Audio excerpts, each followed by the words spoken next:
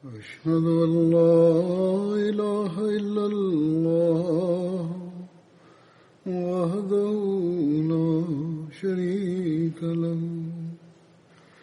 وأشهد أن محمدا عبده ورسوله أما بعد فأعوذ بالله من الشيطان الرجيم بسم الله الرحمن الرحيم الحمد لله رب العالمين الرحمن الرحيم مالك يوم الدين إياك نعبد وإياك نستعين اهدنا الصراط المستقيم صراط الذين أنعمت عليهم غير المغضوب عليهم ولا الضالين.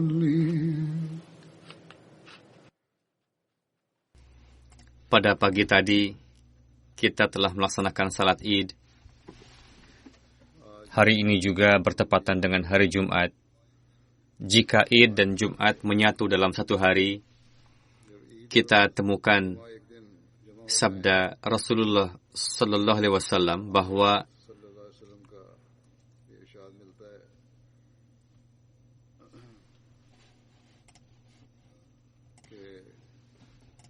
jika menghendaki, maka seseorang diizinkan untuk mengganti ibadah Jumatnya dengan melakukan salat zuhur saja. Namun, bersamaan dengan itu, Rasulullah pun bersabda bahwa kami akan tetap melaksanakan ibadah Jumat juga. Lalu Rasulullah melaksanakan ibadah Jumat setelah Id.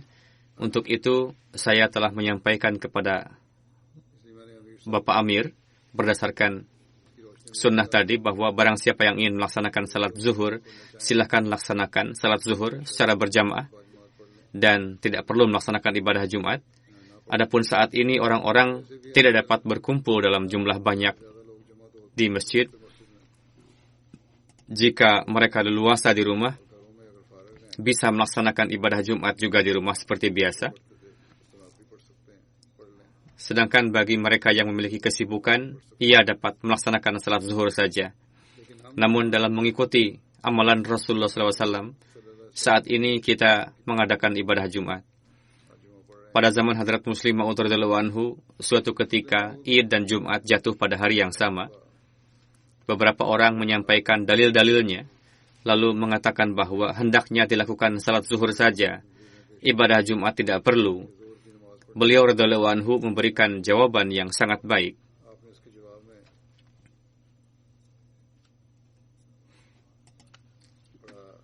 Beliau bersabda,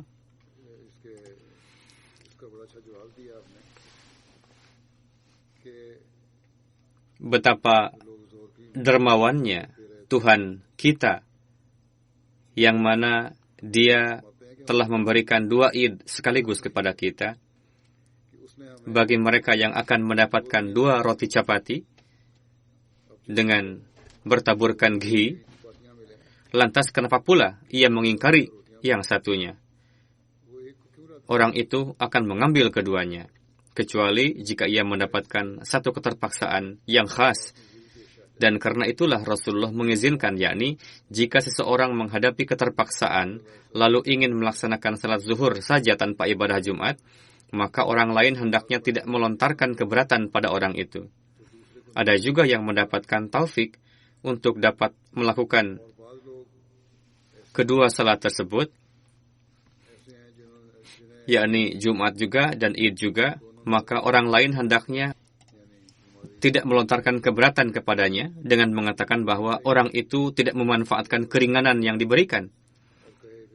Alhasil memang itu merupakan keringanan, namun yang nampak dari amalan Rasulullah kepada kita adalah beliau bersabda, kami akan melaksanakan ibadah Jumat.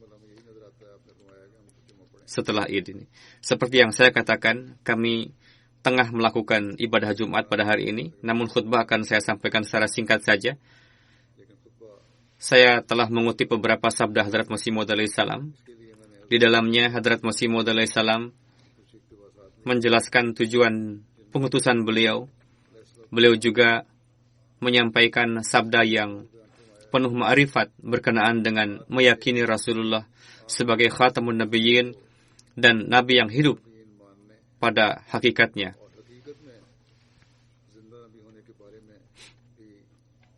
Beliau juga menjelaskan perihal maqam dan martabat Rasulullah sallallahu alaihi wasallam. Para penentang melontarkan keberatan kepada kita dengan mengatakan bahwa dengan beriman kepada Hadrat Masih Maud alaihi salam, nauzubillah, kita telah mengurangi maqam dan martabat Rasulullah. Nauzubillah. Para penentang telah meluluskan resolusi di Assembly Pakistan dan setelah itu merasa bangga. Mereka mengatakan, coba lihat, kami menganggap lazim untuk menambahkan gelar khatamun nabiyyin setelah menyebut nama Rasulullah,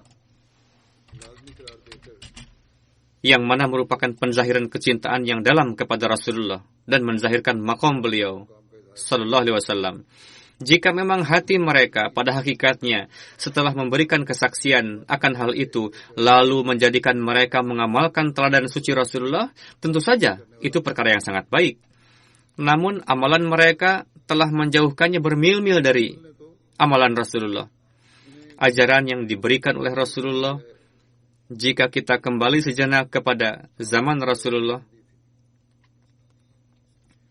lalu mengadopsi ajaran dan teladan yang beliau contohkan, maka umat muslim saat ini tidak akan saling membunuh antara sesama. Lalu mereka akan datang dengan berlari untuk baiat kepada imam zaman dan hamba sejati Rasulullah SAW, yakni Hadrat Masih Maud alaihi salam. Mereka beranggapan bahwa dengan melazimkan menulis gelar khatamun nabiyyin setelah nama Rasulullah, mereka beranggapan bahwa mereka telah memberikan jasa yang sangat besar dan beranggapan dengan berbuat demikian telah menghalangi jalan para Ahmadi. Orang-orang dungu itu tidaklah menyadari bahwa justru para Ahmadilah yang paling memahami maqam khatamun nabiyyin dan Hadrat Masih Maud alaihi salam lah yang mengajarkan itu kepada kami. Kekuatan yang terdapat di dalam sabda Hadrat Masih Maud alaihi salam, orang-orang ini tidak akan mampu mendekatinya sekalipun.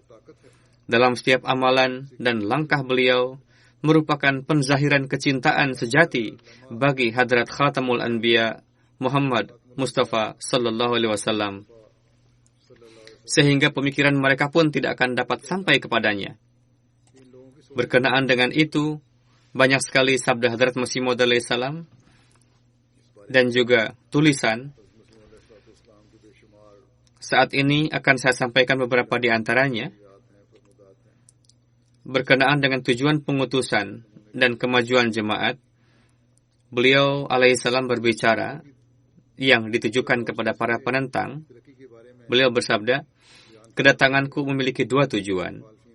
Bagi umat muslim adalah supaya tegak di atas ketakwaan dan kesucian sejati dan menjadi muslim sejati sesuai dengan makna muslim seperti yang dikehendaki oleh Allah Ta'ala. Mengamalkan hukum-hukum Allah Ta'ala dengan segenap ketaatan.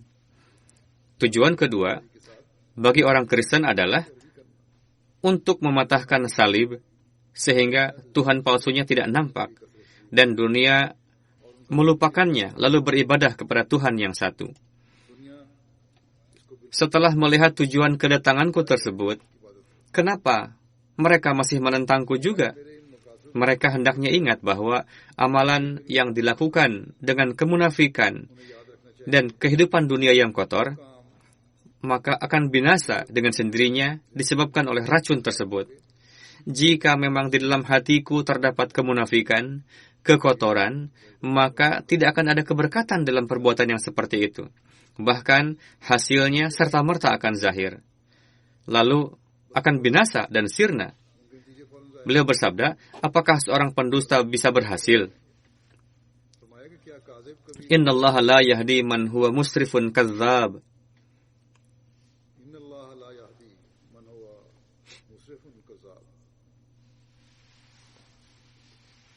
Sesungguhnya Allah Ta'ala tidaklah memberikan petunjuk kepada orang yang melampaui batas dan pendusta. Innallaha la yahdi man huwa musrifun kadzdzab. Bagi si pendusta, cukuplah kedustaannya sebagai penyebab kehancurannya.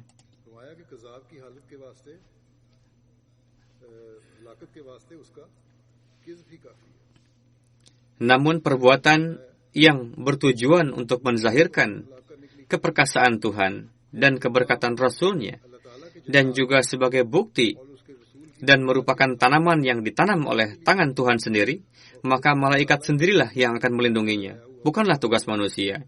Ketika Allah Ta'ala memulai pekerjaan ini, maka malaikatlah yang akan menjaganya. Siapa yang dapat menghancurkannya? Ini merupakan tantangan. Seberapa besar penentangan dihadapi, sebesar itu pula lah kemajuan jemaat yang dialami dengan karunia-Nya. Ingatlah, jika memang jemaat ini sifatnya murni duniawi, maka akan hilang sampai ke akar-akarnya. Namun jika jemaat ini berasal dari Allah Ta'ala, dan sesungguhnya berasal dari Allah Ta'ala memang, sekalipun seluruh dunia menentangnya, maka tetap akan tumbuh berkembang. Malaikat akan menjaganya. Jika tidak ada yang menyertaiku, walau seorang, dan tidak ada yang membantu, tetap saja saya meyakini bahwa jemaat ini akan berhasil. Beliau bersabda, aku tidak memperdulikan penentangan. Itu akan selalu ada. Aku menganggap penentangan sebagai suatu keniscayaan bagi kemajuan jemaat. Tidak pernah terjadi di mana ketika utusan atau khalifah Allah Ta'ala datang ke dunia, lalu orang-orang menerimanya dengan senang hati. Tidak pernah ada seperti itu. Sungguh aneh kondisi dunia.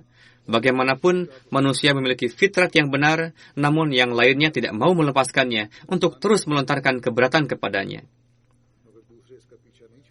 Dengan karunia Allah Ta'ala, kemajuan jemaat kita terjadi secara luar biasa.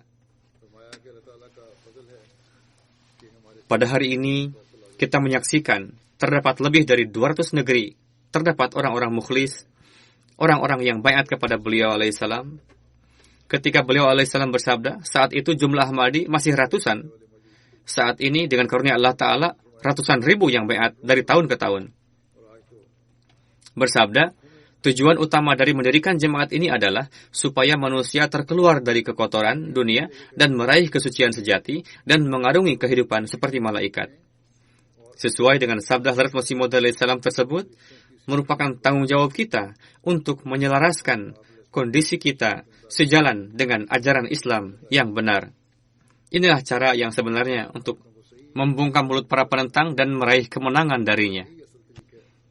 Ketika menyampaikan berkenaan dengan keimanan sempurna jemaat beliau dan ketaatan sejati kepada Rasulullah Sallallahu Alaihi Wasallam, Hadrat Aqdas Masih Maud alaihissalam bersabda, aku katakan dengan benar-benarnya, dan aku katakan dengan bersumpah demi Tuhan, bahwa aku dan jemaatku adalah Muslim, dan jemaatku mengimani Al-Quran dan Nabi Muhammad Sallallahu Alaihi Wasallam. Sebagaimana seharusnya seorang Muslim sejati wajib mengimaninya. Aku meyakini bahwa satu zarrah saja melangkah keluar dari Islam merupakan penyebab kebinasaan, dan inilah keyakinanku, bahwa seberapa besar pun karunia dan berkat yang dapat seorang peroleh, dan seberapapun takarub ilahiyah, yakni kedekatan pada Allah Ta'ala yang bisa ia dapatkan, semua itu dapat diperoleh semata-mata hanya karena ketaatan sejati dan kecintaan sempurna kepada Nabi Sallallahu Alaihi Wasallam. Tanpa mengikuti beliau, itu semua adalah mustahil. Selain beliau Sallallahu Alaihi Wasallam, tidak ada lagi jalan kebaikan saat ini. Adalah benar bahwa aku pun sama sekali tidak percaya Nabi Isa alaihissalam telah naik dan hidup di langit dengan tubuh jasmaninya, dan sampai sekarang masih hidup. Karena itu, mempercayai Nabi Isa alaihissalam masih hidup berarti terang-terangan telah menghina dan merendahkan kehormatan Rasulullah Sallallahu Alaihi Wasallam.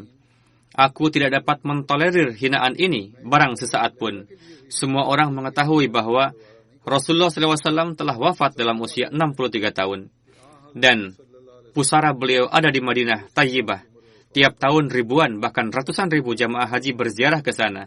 Jika meyakini Nabi Isa alaihissalam telah wafat atau menganggap beliau alaihissalam telah wafat merupakan suatu ketidakhormatan, maka mengapa ketidakhormatan dan celaan ini ditimpakan terhadap Nabi Muhammad sallallahu alaihi wasallam?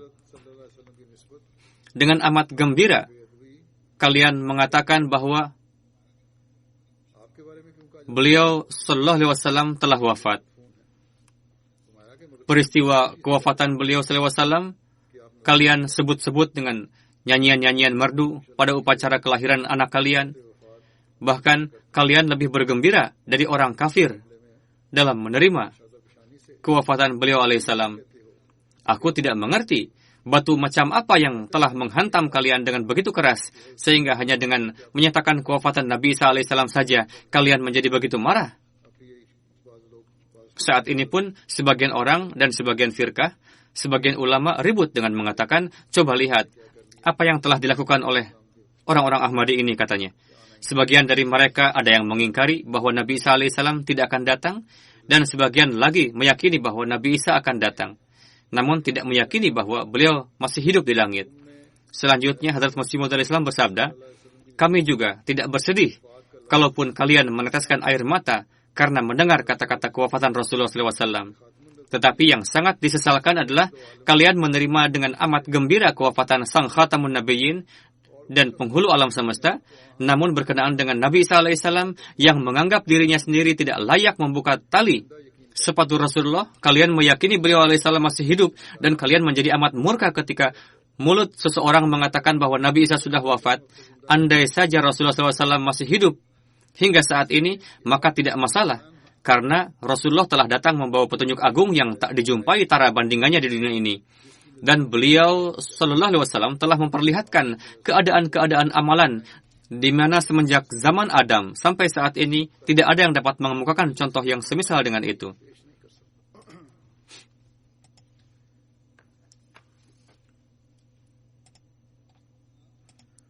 Beliau bersabda, aku katakan kepada kalian dengan sebenar-benarnya bahwa kaum muslimin dan bahkan seluruh dunia lebih membutuhkan wujud Rasulullah daripada wujud Nabi Isa alaihissalam.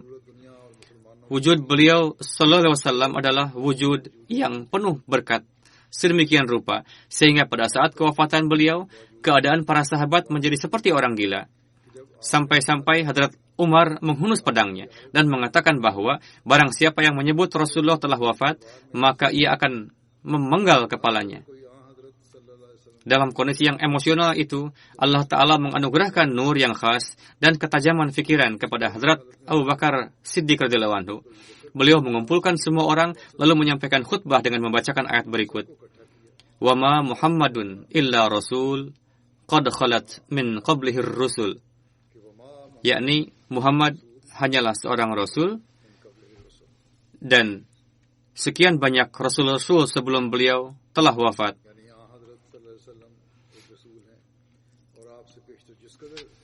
Sekarang, renungkanlah oleh Anda, fikirkanlah, katakan, mengapa Hadrat Abu Bakar Siddiq radhiyallahu anhu membacakan ayat ini pada saat kewafatan Hadrat Rasulullah?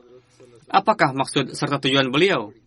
Dan beliau membacakannya dalam kondisi di mana semua sahabat hadir. Dengan sesungguhnya, aku katakan, dan Anda pun tidak dapat mengingkari, bahwa karena wafatnya Hadrat Rasulullah, hati para sahabat dilanda kesedihan teramat dalam. Mereka menganggap kewafatan Rasulullah itu tidak dan belum pada waktunya. Mereka tidak terima mendengar kabar bahwa Hadrat Rasulullah SAW telah wafat. Kondisi dan keadaannya sedemikian rupa, sehingga Hadrat Umar radhiyallahu anhu sebagai seorang sahabat yang gagah berani pun tidak dapat mengendalikan kemarahannya. Di tengah keadaan yang mengharukan itu, ayat ini membuat beliau menjadi tenang. Seandainya mereka mengetahui dan berkeyakinan bahwa Hadrat Isa alaihissalam masih hidup, maka hal itu tentu akan menggoncangkan jiwa mereka. Mereka adalah pecinta Hadrat Rasulullah SAW, dan selain hidupnya beliau Sallallahu Alaihi Wasallam, mereka tidak dapat menerima kehidupan orang lain. Lalu bagaimana bisa mereka meyakini Nabi SAW masih hidup, sedangkan mereka menyaksikan kewafatan beliau SAW di hadapan mata kepala mereka sendiri? Ketika Hadrat Abu Bakar radhiyallahu anhu berkhutbah, gejolak mereka menjadi reda. Saat itu para sahabat membaca ayat ini di jalanan kota Madinah dan merasa seolah-olah baru saat itulah ayat tersebut turun. Hadrat Hasan bin Thabit radhiyallahu anhu menulis sebuah syair yang di dalamnya beliau mengatakan, "Kuntas sawada linaziri fa'ami alaihi an-nazir man sya'af ba'daka falyamut fa'alaika kunta uhaziru." Karena ayat di atas menyatakan bahwa semua telah wafat, maka Hadrat Hasan pun mengatakan, sekarang tidak kuperdulikan kematian siapapun. Pahamilah dengan sesungguhnya, terlalu sulit bagi para sahabat untuk percaya bahwa seorang nabi lain masih hidup sedangkan Hadrat Rasulullah telah wafat dan mereka tidak dapat menerima hal itu. Dengan demikian, ini merupakan ijma' pertama yang terjadi di dunia setelah wafatnya Hadrat Rasulullah SAW, dan di dalamnya telah pula diputuskan perihal kewafatan Hadrat Isa AS. Selanjutnya berkenaan dengan maqam dan martabat Rasulullah SAW, Hadrat Aqdas Masih Maud AS bersabda, "Dialah manusia yang dengan zatnya, sifatnya, perbuatannya, amalannya, dan dengan ruhani dan kedahsyatan daya kesuciannya, telah menampilkan teladan kesempurnaan secara keilmuan, amalan, kebenaran, dan keteguhan, dan disebut sebagai insan kamil, tidak ada sisi yang tersisa." Beliau merupakan teladan dalam keilmuan, amalan, standar kebenaran, keteguhan, dan ilmu ma'rifat juga. Beliau disebut juga sebagai insan kamil. Selanjutnya, beliau bersabda, "Dialah insan yang paling kamil dan merupakan manusia dan juga nabi sempurna. Dia datang bersama dengan keberkatan sempurna yang disebabkan oleh kebangkitan rohani dan hasyr atau dikumpulkan sehingga kiamat pertama dunia zahir. Alam dari suatu alam yang telah mati berkat kedatangannya menjadi hidup kembali, yakni mereka mendapatkan kehidupan rohani. Dialah nabi berberkat, Hadrat Khatamul Anbiya, Imamul Asfiya, Khatamul Mursalin, Fakhrun Nabiyyin, Tuan Muhammad Mustafa sallallahu alaihi wasallam."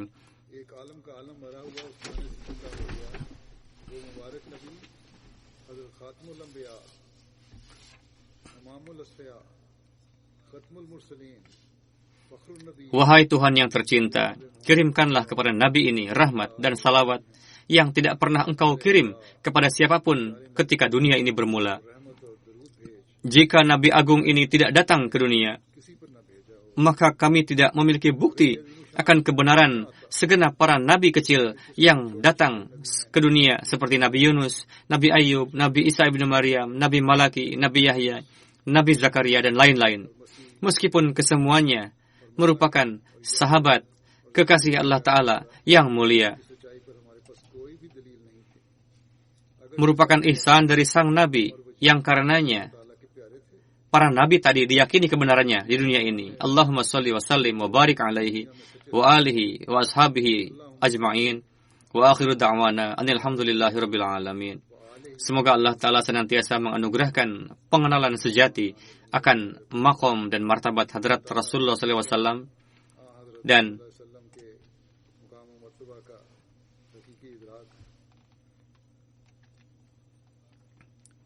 dan memberikan taufik kepada kita untuk dapat mengirimkan salawat kepada beliau sallallahu alaihi wasallam, dan semoga lebih dari sebelumnya kita menjadi orang yang tunduk ke hadapan Allah Ta'ala, dan inilah cara yang akan kita buktikan kecintaan kepada Rasulullah SAW dengan amalan pribadi.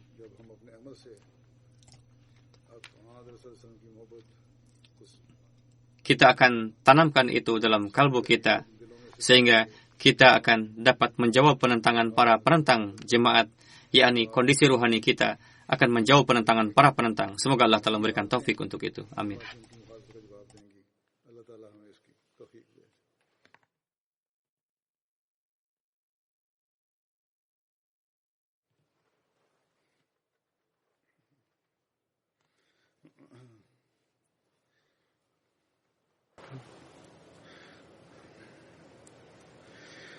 Alhamdulillah nahmaduhu wa nasta'inuhu wa nastaghfiruh wa nu'minu bihi wa natawakkalu alayh ونعوذ بالله من شرور أنفسنا ومن سيئات أعمالنا من يهده الله فلا مضل له ومن يضلل فلا هادي له ونشهد أن لا إله إلا الله ونشهد أن محمدا عبده ورسوله عباد الله رحمكم الله إن الله يأمر بالعدل والإحسان وإيتاء ذي القربى وينهى عن الفحشاء والمنكر والبغي يعظكم لعلكم تذكرون اذكروا الله يذكركم وادعوه يستجب لكم ولذكر الله أكبر